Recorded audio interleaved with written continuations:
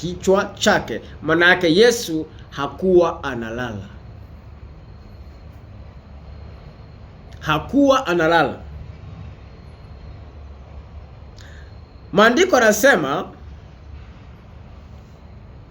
kwenye Mathayo sura 14 ukianzia mstari wa 23 hata 25. Naye alipokwisha kuwaaga makutano, akajitenga nao, akaenda sehemu pa faragha, akaomba huko. Manake alienda mlimani, akaenda kuomba mlimani. Asema naye alipokwisha kuwaaga makutano, alipanda mlimani faragani kwenda kuomba. Na kulipokuwa jioni, alikuwako huko peke yake. Yaani kulipokuwa jioni, alikuwako huko peke yake mlimani. Hapo ameshawaaga makutano. Amewaaga makutano na wanafunzi wake. Ye yuko peke yake wapi? Mlimani. Jioni. Jioni inaanzia saa 11, saa 12, saa 1, saa 2, saa 3. Hiyo ni jioni.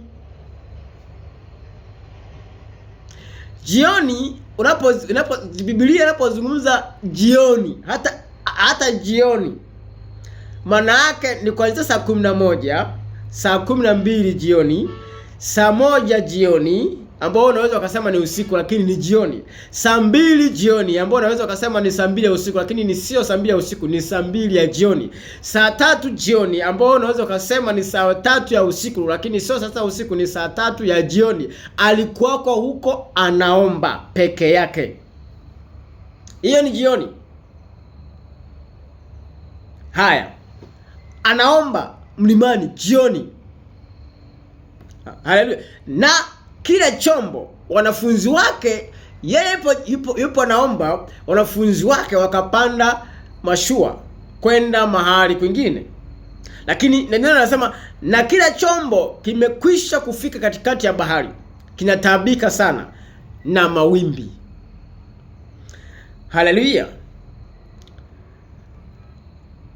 Maana upepo ulikuwa wa mbisho. Sasa mstari wa 25 anasema hivi: hata wakati wa zamu ya 4 ya usiku. Hey, haleluya. Yesu akawaendea. Hapa pale mwanzoni ametuambia kulipokuwa jioni, kulipokuwa jioni alikuwa huko peke yake anaomba.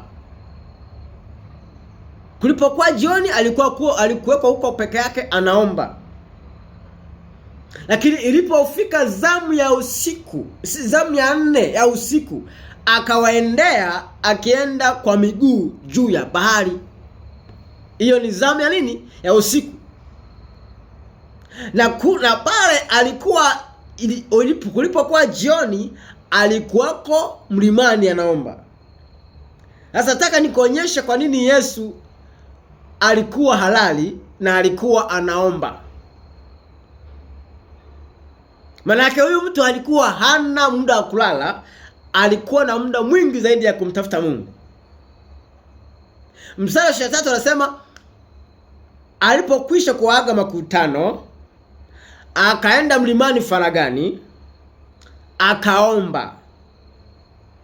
Umeelewa? Kulipokuwa jioni alikuwepo kule peke yake mlimani. Manake hata wanafunzi wake walimwacha. Ukisoma mstari wa 24 nakwambia kwamba na kile chombo kilipofika katikati ya bahari kikawa kinataabika sana, kwa sababu upepo ulikuwa ni wa mbisho. Manake wao walikuwa wanaendelea safari, lakini yeye alikuwa kule peke yake mlimani anaomba. Ilipofika zamu ya 4 ya usiku akawaendea wanafunzi wake akienda juu, akitembea juu ya maji. Sasa nataka nikuonyeshe Yesu hakuwa analala. Yesu hakuwa analala, bali Yesu alikuwa anatumia usiku wake kwa ajili ya kumtafuta Mungu wake. Jioni nimekwambia, kulipokuwa jioni alikuwa kule peke yake. Maana yake ni kuanzia saa 12 saa 11 jioni.